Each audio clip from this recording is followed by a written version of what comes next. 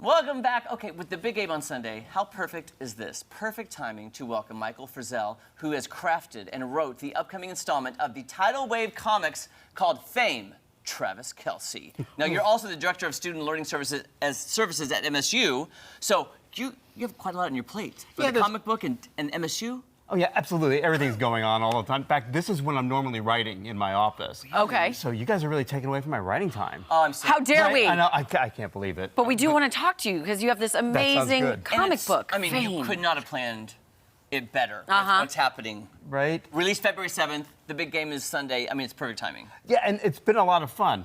I didn't expect it to come out this quickly. We thought we'd probably push it in March. And the publisher called me and said, well, it's done. What should I do? I'm like, are you crazy? Get it out there right now. Yeah. And so comic book day is on Wednesday, so they did a big release, and here I am. Okay, so you released Fame, Travis Kelce, on Wednesday, comic book day, ahead of the big game. So let me just ask, the writing process. Where did you even start, and why Travis Kelce?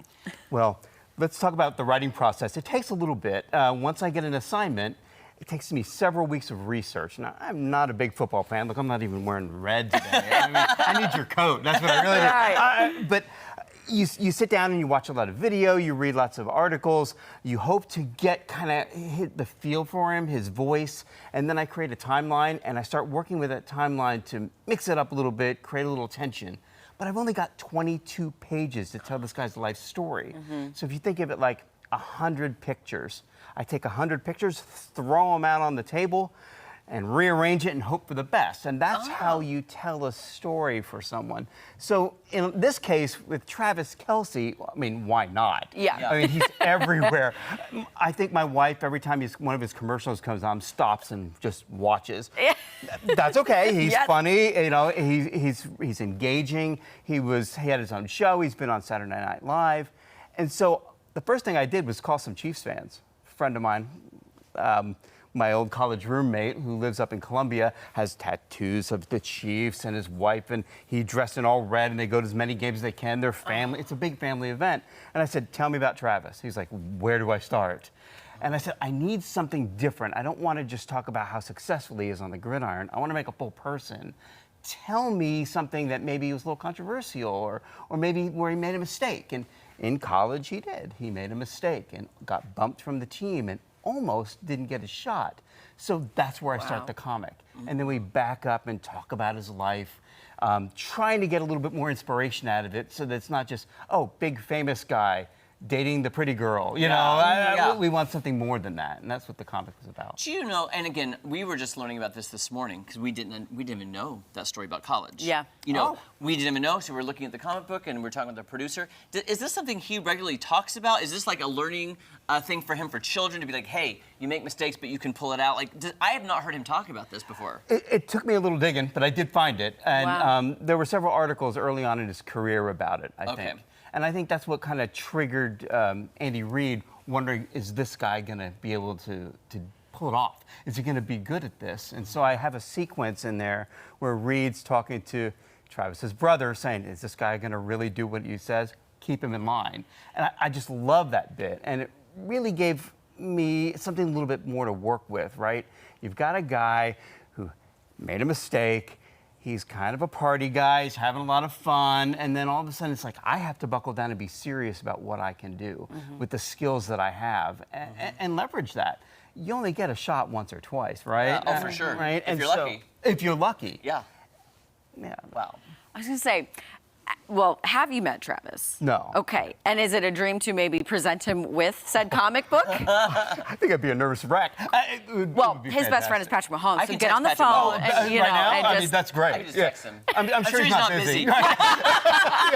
Jinx, by me. Yeah, right. No, it would be neat. I know the publishers reach out, and whenever we write about somebody famous, I've written about politicians and musicians, some athletes. Sometimes they get involved, and sometimes they don't. Yeah. And so you always wonder, if they read it, did I do it right? Right, yeah. Are they going to tell me that I missed something or misconstrued something from all of his interviews? That terrifies me just a little bit, and I think he's a little taller than I am. Yeah, just a little. I bet he can, I don't know, I might be able to run faster scared than he can mad. Well, Yeah, there I think you I'm okay. go. Okay, Yeah. quickly too, I'm curious about the writing process. You have 22 pages. Right. Do you write it first and then they illustrate it, or do you know, like, do you have to story map it for the illustrator so you kind of know where the story's going? That's a very short amount of time to get a whole story in. Yeah, you're right, and I do have to story map it in some ways. A lot of people try to compare it to screenwriting where you're setting up shots. Well, it's similar to that. I'm just describing 100 still photographs for the artist. Now, I try to leave the artist room to interpret it as he or she will. In this case, I knew Martin Jimenez was going to be illustrating it. I've worked with him before. So I can go, hey, Martin, draw this guy doing this, and he's fine with that. But sometimes he'll message me and go, Michael, that's not real clear. Can you give me more? And so we'll send photo reference and things like that so that he can actually get an idea of what's happening in a scene. And it may not necessarily be Travis or someone. I might send something else going, draw it like this. Look at this. But I want him to have the freedom because it's not just me telling the story, it's the artist telling the story and the colorist actually adds to that. Too. Yeah. Well, for our viewers watching, they're going to want to get their hands on this ASAP, so where can they go to get it? Well, publisher said tell them Amazon and Barnes & Noble, but really you can get it pretty much wherever comics are sold too, Cool. Online. So Online. Yeah. Awesome. Well, thank you so much. Michael, Congrats, thank you. my friend. Thank you That's both. amazing. It was fun. We love that. Good luck and hope you get a lot of money from that one. And meet Travis. Right, exactly. All right, you guys, when we come back, we've got some special in-studio guests for a game of Prop Bet Plinko. Say that 5 times fast. hard We'll be to back. say. Prop Bet Plinko.